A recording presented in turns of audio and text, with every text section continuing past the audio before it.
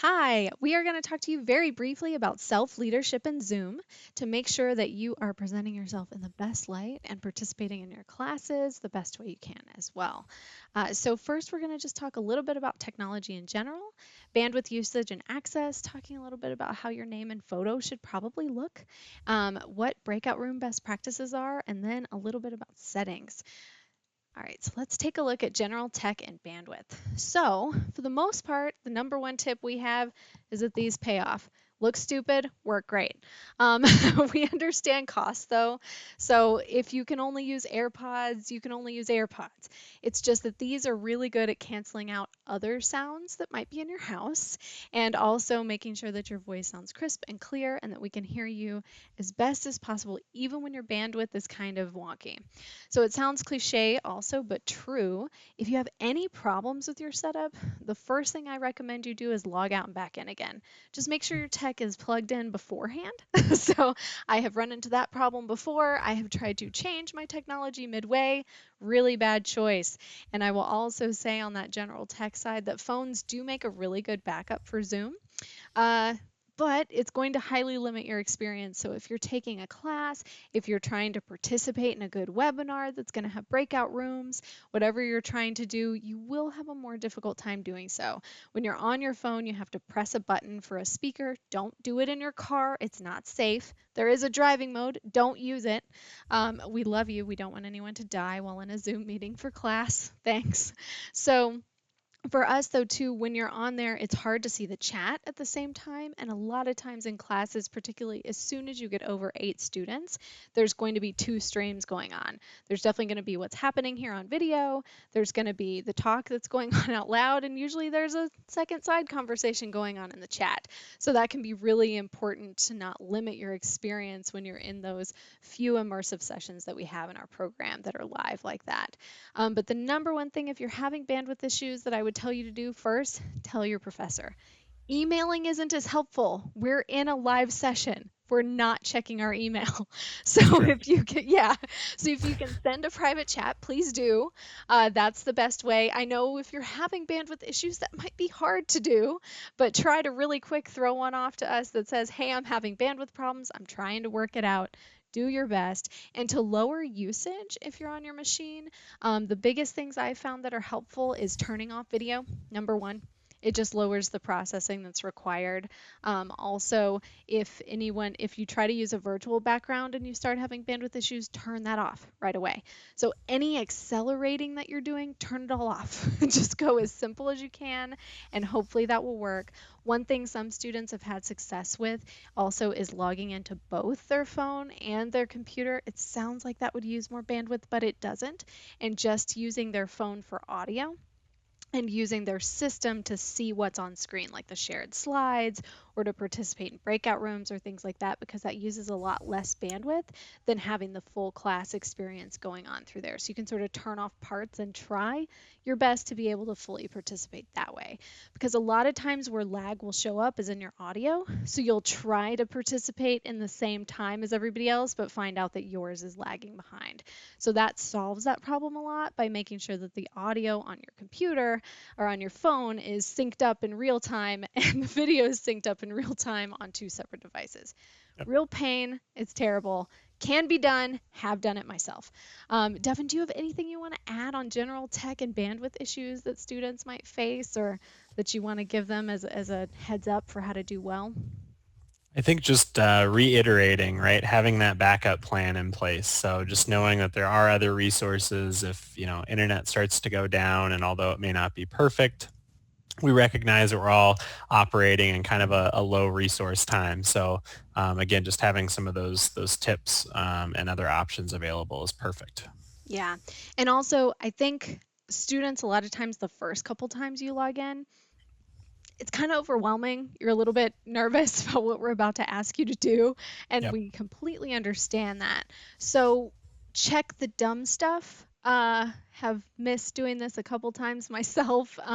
If your Zoom volume isn't working, look at your system volume. It might be set to nothing. You might have your computer muted, and that's actually what's muting Zoom instead of you trying to mute Zoom, which is bad. Yep. Same thing too, you have to click continue when we start a recording, or else it will all just kick you out. So don't get kicked out. We have to record a lot. It doesn't mean we're sharing it with everybody. It's still private. But so we do have to record a lot. And same thing, like I said, sounds stupid, but 95% of the time a student logs out, logs back in, all of a sudden everything's fine. So just Yep. keep in mind you can do that 4 times if you have to. I know by that fourth time you'll be annoyed enough to want to quit, but you can if that's what you need to do. And even though it seems kind of annoying to work through all the tech issues, it does pay off. Live sessions are great. I know it's hard to take that on my authority, but trust me, I've got TCEs and student course surveys to back me up on it. And we'll talk more about that at the very end as well. So right now you're getting to see my exciting screen in 2 slides with Devin and I over here and the lovely slide interface over here, because that's the only way for me to show you a Zoom screen is to not share screen in Zoom, because then it tries to hide all the fun controls from us. So here's some of what the controls would look like. This is often what I will put as a starter screen for my classes, the little reminder to test your headset and mic while we're in the no man's land of beforehand, before the Zoom starts, that awkward quiet time that some students choose to fill, which always makes me happy, by the way. It's really fun to listen to you guys just talk amongst yourselves. Um, but so some of the important things to do are to use your buttons. I know, seems silly, but just keep in mind if you're not hosting the Zoom session, you can't break it. I can break it if I'm hosting, but you can't. So feel free to like click all your stuff, do your thing with all your buttons. So I'm going to show you real quick. Clicking this little button next to my microphone shows you what options of mic I have. So again, if this one for some reason isn't working and I can't hear anybody, I could pick a different one and then it probably would work. Same thing with my speakers. You can do 2 different ones like we said before. Sometimes I've literally turned it off and then I'm using my phone for audio instead. You can switch to phone audio, you can test your system, all that good stuff. And there's a ton of options as well in your camera. There's now video filters if you're up to date with the latest Zoom, which you should be. That's another tip you should do. You can change your settings. There's a ton of options in here. I'm not going to turn myself into a pig right now, but I could. So just to keep in mind. Yeah. Oh, come on, indulge us. Not going to do it right now. So, but we could. And there's lots of different ways to make your view a little more palatable, a little bit easier to deal with. I do touch up my appearance for sure. I've been at this a few hours today. It needs to be touched up a little. And then the other things for focusing on in here is turning on some of the other options. So here I turned on the chat menu. This is where you can choose who to chat with. You can search as well. You can share a file from your computer. There's lots of different things you can do here. You can choose who to participate. Well, I can choose who you can chat with, but I always leave it open. Not every professor does. You can, if I give you the choice, you could share screen, but the other important thing to remember is reactions. So these communicate to the person leading the meeting, different things. So usually when I'm leading a meeting, I'm going to have this list up too, participants list. That's going to show me everyone's name, and that's going to show me things they might want to say to me. Am I going too fast? That's a good one to tell me if I'm going too fast, right? There's a speed up, speed down usually. Now they look like they've slightly changed them. Apparently I can express joy with tears. So that's a thing. All right, great. There's also a few other options that we'll ignore for now, but those can be really important ways for you to communicate with your professor. Like you could raise your hand. So if a class size again is over, it's typically like I put the threshold around 8 students. Just speaking out doesn't always work anymore. We start to spend more time talking over each other than actually getting to talk when you want Yep. to. So that can be when raising your hand is really important. On our end, it gives me a list of people in order that you raised your hand, which is great. So I will never miss calling on you, and things like that. It's very helpful. I'm trying to think if there's anything else in there. Am I missing anything in terms of those options, Devin, that they should be aware of? I think getting familiar with that raise hand feature. I've got a lot of folks. Oftentimes, if you're not sharing screens, you don't know that it's hard to see the video of everyone who's in Right. class. If you're raising your hand like this, I'm not being rude. I Kind just of can't see impossible. you, right? Yeah. So that's where the raise hand feature is really handy, just as the person who's presenting. So hmm And as you can see here, I opened that participants list, and over in the participants list, I have different options than I do down in the reactions tab. Why they're in two places, don't ask me, bother Zoom. But I do have two different options. So this can be really good too, because we do call on you when we teach. So I will notice if you're not present, and typically I do a 3 strikes rule. Every professor's a little different. Some do a 1 strike rule. So if I call on you and you don't answer, that's not good for you, okay? yeah, So you do want to communicate if you stepped away, right? So you can click the away, and I will see that in the list next to your name. And I always look at your name when I call on somebody because I want to see if your mic is having trouble, and this interface does give me more information about you. So that can be a helpful way to tell me, hey, I had to go to the bathroom. You're an adult, go to the bathroom when you want. But tell me, right? So that I'm not calling on you and writing you down in my handy dandy notebook that I keep here for my 3 strikes rule. Okay, so keep that kind of stuff in mind too. You can use these, and I think this is where you can tell me, hey, you're talking too fast, hey, go slower, yes, no, if I ask a question and you don't feel like typing it into chat, or maybe can't for some reason in that moment. And you can always clear your reactions as well. All right, so let's see here for, oh, and now my screen is sized incorrectly because I've got all the junk open on the right. Fun. Okay, so let me fix that. All right, so for name and photo and feeling connected, let's go to the meetings stuff. So if you go to arizona.zoom.us and log in with your U of A credentials, you might have to click SSO sign on, which is single sign on if you don't know what it stands for. In here, you can go in and change your profile and set that up how you want. And you can also change your settings. What I would like every student to do, and I'm going to be asking them to do, is to go ahead and set up a profile picture. The reason for that is, Devin, can you turn off your face for a second? you got it. I get asked that question a lot. I bet. Yeah, every day, right? There you go. I still have a Deven, even though Deven's, video's off, which is great. Yeah. So it's so helpful as, for professors to teach to faces and not black boxes. We're people too. And it is Great. really hard if I'm trying to teach to a room of black boxes. It just really, it sucks a little joy out for me. So I feel like most professors would say the same. So it can be really important to come in here and change that. Make sure you have a photo up. Also, again, we're talking about how to self lead and be very professional in Zoom today. That's one way you can do it.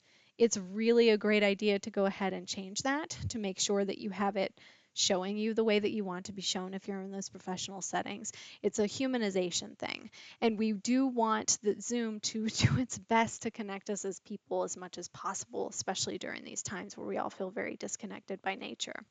So let's open the participants list again really quickly, just because I want to make sure everybody also understands how to change your name to what it needs to be professionally, right? So here you can click rename. This is also another quick way to get to editing your profile picture, though I recommend going into Zoom settings and changing all of your settings and setting things up so that things work exactly the way you want when you're in Zoom. It's helpful. It's helpful, especially if you ever host your own meetings. But you can rename yourself. And you can do this to help people call you the way you want to be called, however you want to be referred to. Also, you do need to make sure, though, that there's something in there that makes sure we can connect it to the name that's going to be in D2L in our grade books, because we do sometimes look at participation reports, and participation reports might be looked at for certain reasons, for attendance for VA students or things like that, for seat counts and that kind of stuff. So you still need at least one name in there that matches the grade book. But if you prefer to be called something else, or if you know that everyone has a hard time pronouncing your name, it can be incredibly helpful to give a pronunciation guide like I've done here for my last name. My last name's pain in the butt. So that's not how it's pronounced. It's pronounced Perkle. But so we put that there. And we also both use pronouns as a signal to students that this is an inclusive, safe space. You're not required to do that, but if you do have pronoun preferences, it's lovely to give us a signal that way so that we don't accidentally accidentally make mistakes with how you'd like to be referred to. It's just very helpful. It's something you can do to help other people be more inclusive and help other people refer to you properly. So again, it's a way to self-lead and help other people be more comfortable and inclusive in their own actions, which is great. So name and photo and humanization stuff. Did I miss anything? You think I'm good? I I think think you're on it. Yeah. nice. So I try. I don't think I would succeed, but I do try. All right, so let's play with a little bit of this is my using Zoom and D2L. So if we were to share a screen, um, let's see, Devin, can you share a screen real quick? I can. Sweet. Let's see what I've got here. Yeah, I didn't warn you that I was going to ask you to do that. Sorry. That's right. No, that's okay. Let's take a look at a cannot connect page. That's Oh, always fun. perfect. Doesn't really matter. Okay, so taking a look at this though, as you can see, it automatically expands to take over everything on my desktop, right? You can fix that if you don't like it that way. You've got view options here, so you can tell it you want it to be whatever size. You can do all kinds of things to help fix it. You can annotate it if you want to write on it for your professor. Sometimes not so helpful to us, but whatever. So you can move where this is if it's in the way of something. So, and you still have all of your options for participating elsewhere in the class too. But one of the most important things for me a lot of times is I'll be like, hey, I don't want this to take over my whole screen. So I'll come play with my view over here in the top right and exit full screen so that it's a little smaller because a lot of times I have notes open just like I do today. So I don't want it taking over everything. Another thing you can do is affect how you're viewing those other windows of people. So if you don't need that screen, like sometimes we've got a Google Doc open as a group instead, but somebody's sharing it too. I don't ever like to look at the shared version. I like to look at the one I control. I don't have control issues at all, I'm sure. So you might want to affect the views that you're choosing. Standard, side by side, gallery, or speaker, same thing. One of the contributors to exhaustion in Zoom is looking at your own face too much. So you can say, hey, I don't want to see myself anymore. I would like to hide myself from this whole thing. We'll just stare at Devin for the rest of this, right? I don't know that that's much better, but I understand wanting to hide my own face. Right. But you can also pin people. So if Devin was our professor right now, we would pin him. And I would be like, look, do not let him go away when I'm in gallery view. I need to see his face. But perhaps I do still want my gallery, whatever. I can go back to showing that. I can go back to full screen at any time. That's how you change all of your views. And there's always drag options too to make things a little smaller or bigger to some degree so that the screen works the way you want it to and the way that's most effective for you in a particular class. All right, Devin, I think we're good on that front. Right. Thank you. So I know it I was such a figured. riveting screen. I know. So now we're going to play for a second with breakout rooms. We're going to see how this goes with just two of us in here, which means I think you're going to have to send me to one. so Devin's going to be Lonely, professor again. lonely, lonely breakout groups, right? Send me to a sad, lonely breakout room. And I'll show off the most important aspects of that. Do you have the option to, or do I have to make you I host? don't. Yeah, you'll have to make me host. Yep, there we go. All right. Only the host can do breakout rooms. Everybody All else is right. out of luck. All right. Get you set up. It does always take a second. So if you are considering a career as a comedian, have a few one-liners ready for the dead air moments of class. Everyone will appreciate it. I keep trying to cue up a cricket sound. All right, so as you can see, joining a breakout room is kind of annoying in that it will make you think that Zoom just broke, but it did not. It just takes a second. It will pull up a new room. It will tell you, hi, you're in a breakout room. It looks exactly the same. Depending on how your professor has set it up, that will affect what's going on with the room. Um, so you'll just have to know what's going on. and and some of them disable chat. I never do. Some do. Sorry, I'm going to make sure that I can message Devin to bring me back when I'm ready. So the only other thing you can do participants list, you can do chat, you can share screen. What's really important to remember is you guys can share like a shared Google Doc is a really good idea. Whip one open, get it going. He'd send us a broadcasted message.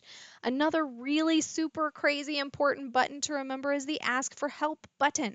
Okay, so When you hit the ask for help button, it will let the professor know that you need help. Do not work in your breakout room on prompts if you don't know what they are. Don't just keep trying to do the work without knowing what they are. The other important thing for some of our classes that decide what prompt you're supposed to be looking at based on the room number you're in is way up here in this top left corner. It'll tell you what room number you are, right? So all that kind of stuff should still work in here. So now I'm going to ask Devin for help and see if he will bring me back. Oh, wait, it's going to invite him here. But still, I'll tell him to bring me back. And I know all the dead air is super fun, but we're trying to do this really quick and without needing tons of editing. Okay. All right, so I'm going to leave and it's going to do the same thing, make you think Zoom's broken. It's not. You'll go back.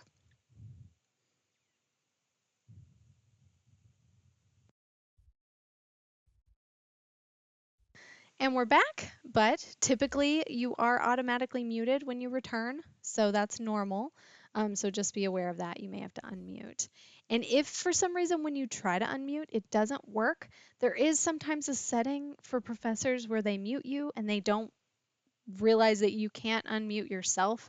So again, use the chat feature to private chat your professor and say, hey, for some reason I can't unmute, and get them to unmute you.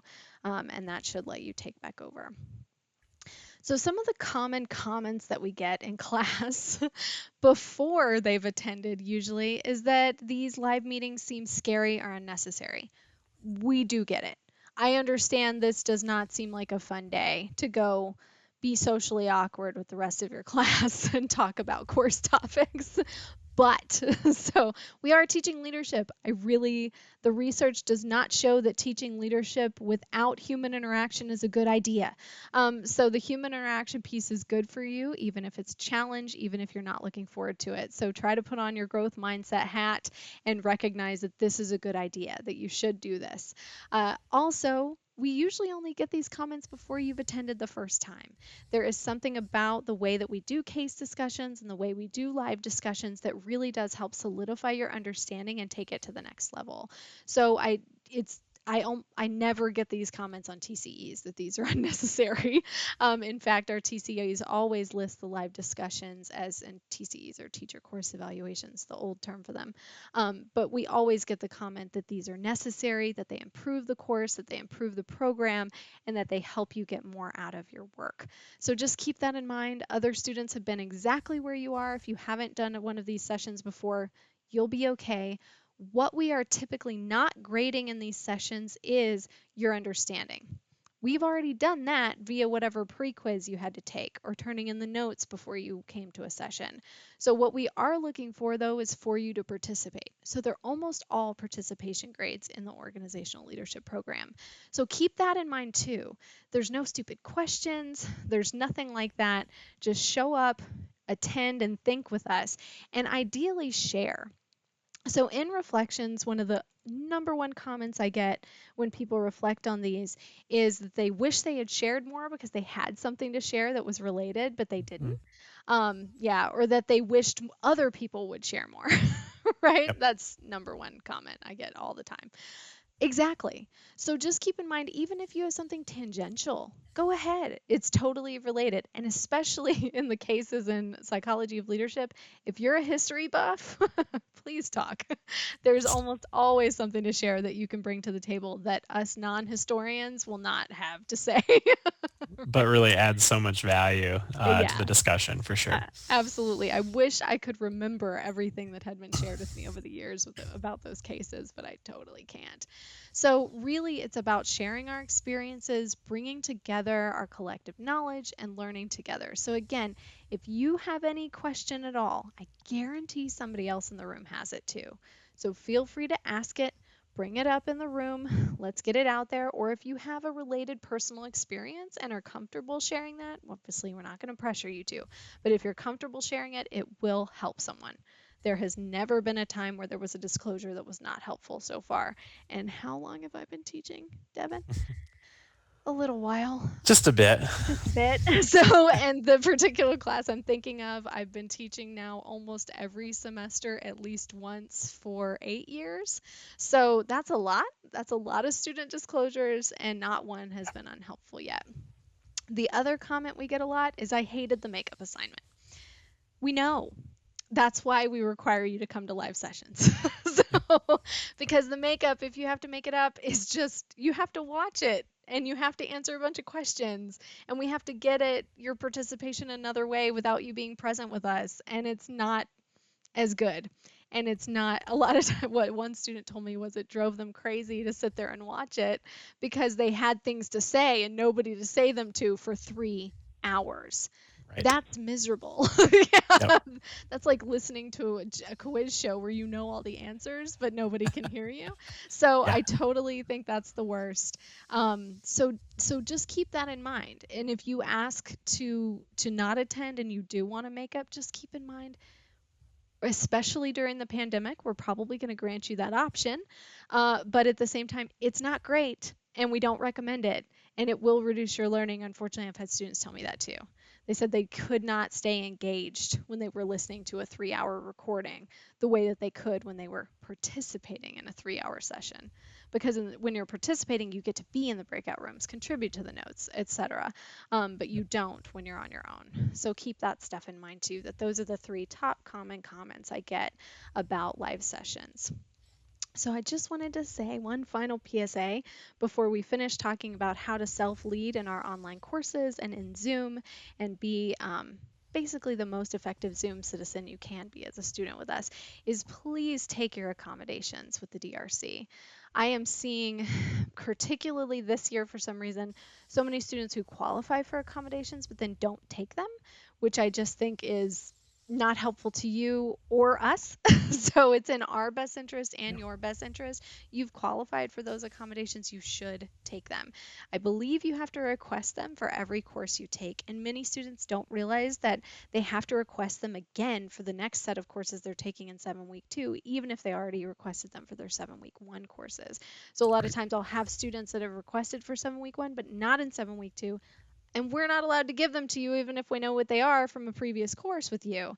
It's not how it works. We're just not allowed. It has to be in the system that you requested it for that class specifically over and over again. So please keep that in mind. You have every right to those. You should not be ashamed at all. There is no discrimination. That's not how that Yeah. kind of stuff works, especially on our end. There's no bias. We're happy to accommodate you, but it's also much easier on our end to set it up before the class starts than to have to set it up retroactively. So keeping that in mind, you can do us a little favor and yourself a little favor by requesting your accommodations ahead. Definitely. Yeah. So Devin, is there anything else you want to add to our little random video that we're making today? I think to step back just a couple slides, just to emphasize, I understand you may be nervous hopping into this, but the magic is in the people component of these discussions, right? So however you can show up and perhaps turn video on, even if it's your first time doing it. I would say another comment I often get from other students is they wish everyone would have their video on, which sometimes because of bandwidth or just comfort levels can't happen. But we would just encourage you to do that because, again, I think the magic is in the people, right, that are in the room Agreed. and having the discussion. And sometimes the dogs and cats that show up too. And That's even right. occasionally the kids. So just try to make sure the kids know that they're showing up. That's We've right. had a couple people's kids on by accident. My favorite is still one student was presenting and he has 3 teenagers and they all walked in behind him and hit the deck. They all looked over to, they had been talking. They looked over together, realized together that they were on camera, and just collectively hit the floor. And so the whole class cracked up because we saw it and he didn't see it. And Yeah, he's still that's presenting and he's great. like, I didn't make a joke, guys. What's so funny? Yeah. Like, so Look behind you. yeah, and we're like, your kids, and he's like, oh no. So yeah, so it was great. So we took a slight intermission, but yeah, but just keep in mind, yeah, this door behind me doesn't actually, nobody can come through it, thank goodness. So I would not feel safe with a door behind me if somebody could right now. Fair enough. Yeah, but like we said, to challenging yourself and thinking about a growth mindset mindset is really important. And we know it can feel weird to be on camera, but it's good for you. This modality is not going anywhere. So practice with us too. Practice being on camera while you're in this low stakes, participation based environment where we're actually not judging you on what you're Yeah. doing or anything else. Right. And get good at it now while you're in school, right? And then when you go out in the real world, and that all may not be quite the same. Because they're not committed to the same goals we are, then you know you'll be a pro. You know you'll be comfortable. You'll have gotten over all of that with us. So, yes, don't feel pressured because you don't want to be so uncomfortable or anxious that you're not learning anymore. But at the same time, as long as you are and you're learning something, even if what you happen to be learning that day is how to be comfortable on camera, that's a great thing to do. All right. Well, I think that's all I've got. So, thank you so much, Professor Wisner, for joining me today. I really appreciate you taking your time for us to do Yeah. this random little how to be awesome at Zoom for our students, because this, like I said, this modality isn't going anywhere, and I would like to see a slight improvement in all of our performance. That's all I'm looking for, including my own. So Yes. reviewing all of these things helped me remember the dumb stuff that I forget sometimes too. So Like taking yourself off mute. I think that's how we started this yeah, call, that right? is how we started. Exactly. Got to remember. Yeah. All right. Well, thank you so much. I really appreciate your time today, and I hope this video helped some.